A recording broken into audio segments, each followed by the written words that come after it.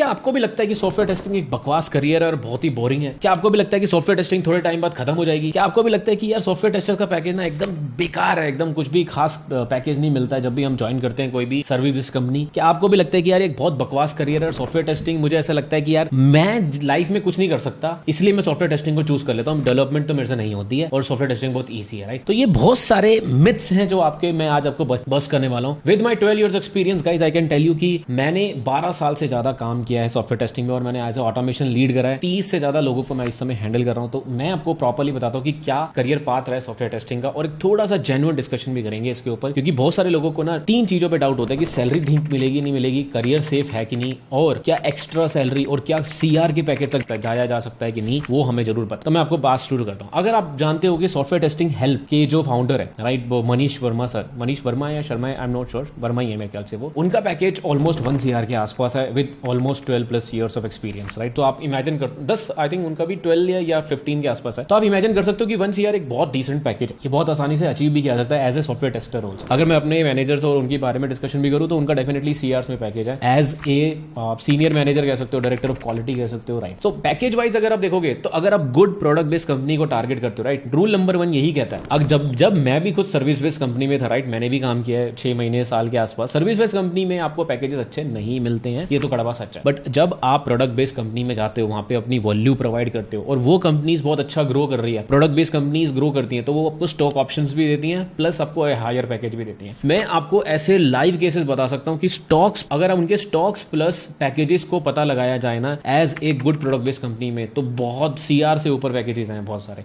मेरी last to last company में भी ब्राउजरटेक का मैं आपको बताता हूं एग्जांपल, वहां पे बहुत सारे लोगों को स्टॉक ऑप्शंस मिले हुए थे और जब उनका बाय बैक आया ना तो उन्होंने CRs में वो सेल करे हैं स्टॉक्स को। तो आप यू कैन इमेजिन कि सॉफ्टवेयर टेस्टर्स का करियर भी बहुत अच्छे से हो सकता है अगर आप एक गुड प्रोडक्ट बेस्ड कंपनी का टारगेट करें, प्लस एक ऐसी कंपनी को टारगेट करें जो आपको स्टॉक एंड ऑप्शंस भी देती है। प्लस कंडीशन ये भी है कि 4 से 5 साल वो बाद वो कंपनी बाय बैक करती हो या फिर वो सेल हो जाती है डिफरेंट कंपनीज में, तो गुड उन चीजों को टारगेट करना पड़ता है। दूसरा क्वेश्चन ये आता है कि सॉफ्टवेयर टेस्टिंग बहुत मैनुअल है और बकवास career, right, whenever we started की होता है। देखो इसका आंसर मैं आपको शुरू में बताऊंगा कि यस, जब हम स्टार्ट करते हैं software testing as a career, right, तो वहां पे मैनुअल में जनरली मोस्टली लोग आते हैं और मैनुअल टेस्टिंग में क्या होता है कि यार वही बोरिंग वर्क होता है, आपको वही टेस्ट प्लान बनाना है, वही टेस्ट केसेस लिखने हैं और वही चीजों को एग्जीक्यूट करना है। उसके बाद भी बग्स मिस हो जाते हैं और आपको सुनने को मिलती है, राइट? ये चीज एक नॉर्मल चीज है। देखो अगर मैं इसको डिफरेंट पॉइंट ऑफ व्यू से बताऊं तो डेवलपमेंट में भी होती है, मैंने भी डेवलपमेंट स्टार्टिंग में थोड़ी बहुत करी है, उसमें भी हमें सेम टाइप ऑफ कोड लिखना होता है, चैलेंजेस भी काइंड ऑफ सेम ही हो जाते हैं। और मैं जब बात कर रहा था अपने 5 years और 6 years के बाद, जो अपने दोस्तों से बात कर रहा जो डेवलपमेंट में थे, राइट, उनका कहना भी था कि यार देखो सैचुरेशन तो आ ही जाता है, थोड़े टाइम बाद सैचुरेशन तो डेवलपमेंट में भी आता है कि हमें सेम ही चीज वही लिस्ट में लेने हैं लोगों को, वही चीजें फ्रेमवर्क में काम करना अगेन एंड अगेन, राइट? तो उनको में भी बोरियत आती है। ऐसा नहीं है कि सिर्फ ये सॉफ्टवेयर टेस्टिंग में आती है, तो डेवलपमेंट में भी आती है, डेवऑप्स में भी आती है, सब में कुछ ना कुछ बोरियत चीजें आती हैं। तो डेफिनेटली अगर मैं आपको डिफरेंट अपने पर्सपेक्टिव से बताऊं तो देखो हर चीज आने वाली है, बट जब आप नई नई चीजें सीखते जाओगे आपका करियर बेस्ट बनता रहेगा। मतलब क्या है, देखो जब मैं मैनुअल टेस्टर था तो मैं एपीआई टेस्टिंग पढ़ने लग गया था, एपीआई टेस्टिंग पढ़ने के बाद मैंने ऑटोमेशन सीखना कर दिया, ऑटोमेशन सीखने के बाद मैं डेवऑप्स का काम करने लगा, अभी डेवऑप्स के बाद मैंने मैनेजरियल स्किल्स सीख लिए पूरे, उसके बाद मैंने आर्किटेक्ट स्किल्स सीख लिए। तो अब जब आर्किटेक्ट स्किल्स के लिए तो कीप ऑन अपग्रेडिंग ना, तो हर चीज में अपग्रेड करता गया, राइट? तो अपग्रेड करने के बाद हमने आर्किटेक्ट देखा पूरी की पूरा एक 20,000 टेस्ट केसेस को कैसे चलाना है, एक प्रॉपर ग्रिड कैसे बनानी है AWS पे, क्लाउड ग्रिड्स को कैसे यूज करना है, तो एडवांस कॉन्सेप्ट्स भी धीरे धीरे आते रहे। तो ये जो आपको लगता है इनिशियल में बोरिंग टास्क, राइट, बाद में धीरे धीरे एक्साइटेड हो जाता है। डिपेंड्स अपॉन कि आप कितना एंजॉय करते हो, राइट, और किस कंपनी में भी करते हो, क्योंकि बहुत सारे लोग क्या करते हैं कि वो 5-5 साल 10-10 साल एक ही कंपनी में काम करते हैं फिर कहते हैं बहुत बोरिंग है। जनरली मैंने रिकमेंड आपको यही करे कि यार 2 से 3 साल एक एवरेज टाइम होना चाहिए, उसके बाद जनरली हमारी लर्निंग स्टॉप हो जाती है, तो आप एक प्रॉपर स्विच कर लो। अगर मैं आपको अपना भी एक्सपीरियंस बताऊं, मैंने 12 years में 6-7 के आसपास कंपनीज को स्विच किया, तो ऑलमोस्ट लाइक 1.5 year 2 year ही रहता है मेरा, अगर अनलेस एंड अनटिल कंपनी बहुत अच्छी है और I want to stick for it for stocks option to something, right, तो मैं रुक जाता हूं वहां पे। तो उस चीज से देखना होता है। तो लर्निंग में आपको ये बताता हूं कि देखो बोरियत तो हर एक करियर उसमें आपको मिल जाएगी, पर जैसे मैनुअल टेस्टर हो तो ऑटोमेशन की तरफ सीखना शुरू कर दो, एपीआई सीख लो। अगर एपीआई ज्यादा आसान है as compare to web automation जिसमें सेलेनियम, बहुत सारे लोग यही गलती करते हैं, मैनुअल से वेब ऑटोमेशन की ट्राई करते हैं, नहीं कर पाते हैं, तो एपीआई सीख लो, एपीआई आसान होता है as compare to that, right? नए चैलेंजेस आपकी लाइफ में भी आते जाएंगे। गुड प्रोडक्ट बेस्ड कंपनीज को टारगेट करना है और ऐसी कंपनीज को टारगेट करना है जो स्टॉक ऑप्शंस को जरूर देते हैं, जो मेरा हमेशा रिकमेंडेशन रहता है। जैसे कि मैं लास्ट 3 कंपनीज बोलूं, ब्राउजरटेक थी जिसके अंदर हमें स्टॉक ऑप्शन थे, टेक्योन करंटली उसमें भी स्टॉक ऑप्शन थे, विंगीफाई में नहीं थे, उससे पहले जब मैं क्रियो में था वो हाइक में कन्वर्ट हुई, वहां पे हमारे पास स्टॉक ऑप्शन थे, और जब हाइक सेल हुई, जब हमने अपनी क्रियोसेंस हाइक को सेल करी थी तो हमें बहुत डिसेंट मतलब अमाउंट भी मिला था जब हमने ड्रॉप आउट किया, वो बेसिकली जब हमने उनको हाइक को सेल किए थे। तो ये चीज क्यों आपको सीखना पड़ता है कि आप कोई अच्छी प्रोडक्ट बेस्ड कंपनी, कोई ऐसा स्टार्टअप जो अभी बहुत मर्ज होने वाला है, राइट। फॉर एग्जाम्पल मुझे याद है मेरे बहुत सारे जो दोस्त थे उन्होंने MPL जो कि मोबाइल प्रीमियर लीग में गए और वहां पे उनका एक बाईबैक भी आया तो वहां पे भी उन्होंने सेल करा। तो वो चीजें आती हैं, तो आपको अच्छी चीजों में जाना चाहिए, राइट। दूसरी चीज पे था कि करियर पॉइंट ऑफ व्यू, मैंने आपको डिस्कशन करके देखो career point of view overall सब में ऐसे ही होता है, बट आपको ग्रो करना है, ये आपकी लाइफ। और अगर आपको लगता है कि यार CR में पैकेजेस नहीं हो सकता, शुरू में तो हमें बहुत गंदा पैकेज मिल रहा है, हमें तो 3.2 ही मिला है, हमें तो 4.2 ही मिला है, तो यार आपने सर्विस बेस्ड कंपनी ले रखी होगी, पहली बात तो सही है। गुड प्रोडक्ट बेस्ड कंपनीज, ब्राउज़रस्टैक का एग्जांपल मैं बताता हूं आपको, 11 लाख का पैकेज स्टार्ट करती है वो as a fresher software developer in test SDET hire करती है, तो और उनके पैकेजेस ऑलमोस्ट डेवलपर से मैच हो जाते हैं अगर आप स्टॉक ऑप्शंस को भी ऐड करोगे तो। यहाँ पे good product based company like Tachyon को टारगेट करोगे, विंगीफाई टारगेट करोगे, बहुत अच्छे पैकेजेस देती हैं वो as a software testers also आपको, राइट। तो आपका टास्क ही अच्छी कंपनीज को टारगेट करना है, और गुड कंपनी लिस्ट में डिस्क्रिप्शन में जरूर डाल दूंगा, उसको चेक कर लेना, उसमें मैंने कुछ अच्छी कंपनीज के नाम लिख रखे हैं जो मुझे लगता है कि अच्छे पैकेजेस अभी भी सॉफ्टवेयर टेस्टर्स को देती हैं। देखो प्रोडक्ट बेस्ड कंपनीज पे ही टारगेट आपका अल्टीमेट होना चाहिए। सर्विसेज कंपनीज सिर्फ आपको इनिशियल लर्निंग के लिए होनी चाहिए, उसके बाद आपको गुड प्रोडक्ट बेस्ड कंपनीज में मूव कर ही जाना चाहिए। सर्विसेज कंपनी और वही लोग चूज करते हैं जो अपने करियर को बहुत ही स्मूथ रखना चाहते हैं, हलचल नहीं चाहते, यार ठीक है चाहते हैं, और फिर वही लोग बाद में यही बोलते हैं कि सॉफ्टवेयर टेस्टिंग बेकार है, बोरिंग है और सब कुछ। तो यहाँ पे आपको साइकोलॉजिकली भी समझना जरूरी है, तभी मैं आपको बोलता हूं कि बहुत रॉ वीडियो होने वाली है इसके बारे में कि ये ऐसा discussion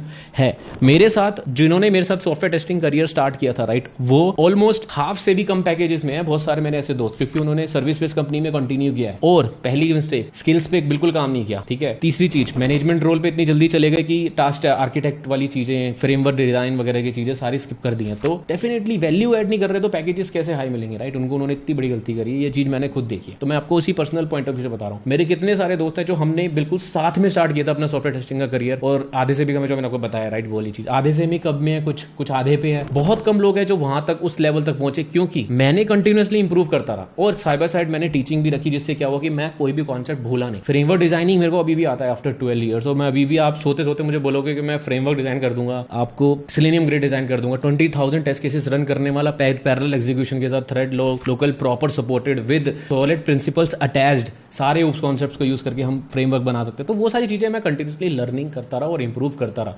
लॉम्बर्ग plugin and all, right, सब कुछ कर सकते हैं, वो चीज हमने अच्छे से करी है और कर रखी है। तो द मोर यू डू, उतना ज्यादा आप अच्छे से सीखते रहते हो, राइट। उसी चीज को रिमूव करने का तरीका होता है ये बोरियत वगैरह का, ठीक है। तो आपको स्किल्स को ऐड करना बहुत इंपॉर्टेंट है, ठीक है। तो स्किल देना होता है, टाइम देना होता है, स्टोरी आपकी सबकी अलग अलग होती है। प्लीज भेड़ चाल में मत रहना कि सब सर्विस बेस्ड कंपनी में जा रहे हैं, नहीं, प्रोडक्ट बेस्ड कंपनी में जाना। लिसन फ्रॉम द पीपल जिन्होंने किया है, यार बहुत इंपॉर्टेंट चीज है ये। बहुत बार मैंने आपको बोला है कि जिस लोगों ने किया है ना, उन्हीं से सीखो। बहुत सारे ऐसे लोग आपको मिल जाएंगे जो 12-12 साल 10-10 साल में अच्छे पोस्टों पे हैं, अच्छी प्रोडक्ट बेस्ड कंपनीज में काम कर रहे हैं, उनसे डिस्कशन करो रादर देन आप। अगर मैं आपको ऐसे बता सकता हूं, मेरा एक फ्रेंड है जो अभी भी QA लीड है आफ्टर 16 ईयर्स एक्सपीरियंस, और उसका पैकेज आधे से भी कम है। तो आप इमेजिन कर सकते हो यार 16 ईयर्स में QA लीड, और मैं QA लीड आपको सही बताऊं तो 4th या 5th ईयर में ही QA लीड बन चुका था मैं। तो मतलब ऑलमोस्ट मैं 5th ईयर में QA लीड हूं और वो 16 ईयर में QA लीड है। तो आप इमेजिन कर सकते हो कि क्या डिफरेंस रह गया, स्किल्स का, नॉलेज का, ऑफकोर्स बहुत सारी चीजों का डिफरेंस रह गया, राइट। और यार लोग क्या कहेंगे, ये सब क्या है, वो चीजों पे ध्यान नहीं देना है, ठीक है। सॉफ्टवेयर टेस्टिंग एक बहुत डिसेंट वर्क है। AI कोई रिप्लेस करने वाला नहीं है। आराम से आप नई चीजें देखो। AI ऑलरेडी हमारी एफिशिएंसी पे काम कर रहा है। आप AI को आप डालोगे, जैसे कि हम भी AI यूज कर रहे हैं, हम जनरेटिव AI यूज करते हैं टेस्ट प्लान केसेस वगैरह के लिए, टेस्ट केसेस को फिक्सेस करने के, ऑटोमेशन में हम कोड रिव्यू के लिए यूज करते हैं, बहुत सारी चीजें। तो AI ना एफिशिएंसी इंक्रीज कर रहा है हमारी, तो एफिशिएंसी इंक्रीज करनी है बस, वो चीज के लिए इंपॉर्टेंट है। और वैल्यू और मनी, याद रखना कि जितनी आप वैल्यू दे रहे हो कंपनी को, उतने ही पैसे मिल रहे हैं आपको। अगर आप वैल्यू नहीं दे रहे हो तो आपको कम ही मिल रहे हैं। तो सर्विसेज कंपनी में आप वैल्यू नहीं दे रहे हो, सिंपल बात, अगर फंडा मैं आपको अच्छे से बताऊं तो। लास्ट पॉइंट, सोल्व करोगे दूसरों की प्रॉब्लम तो ही पैसा मिलता है। ये तो बहुत जिग जिगलर ने भी बोला था, right. If you are good at something, और अगर आप दूसरों की प्रॉब्लम सोल्व कर सकते हो तो लोग आपको पे करेंगे। तो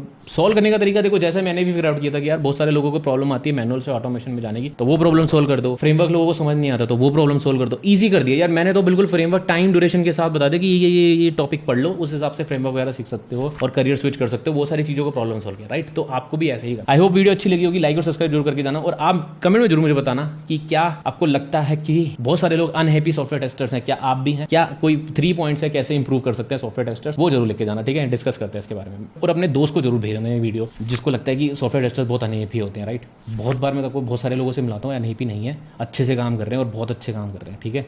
चलो मिलते हैं।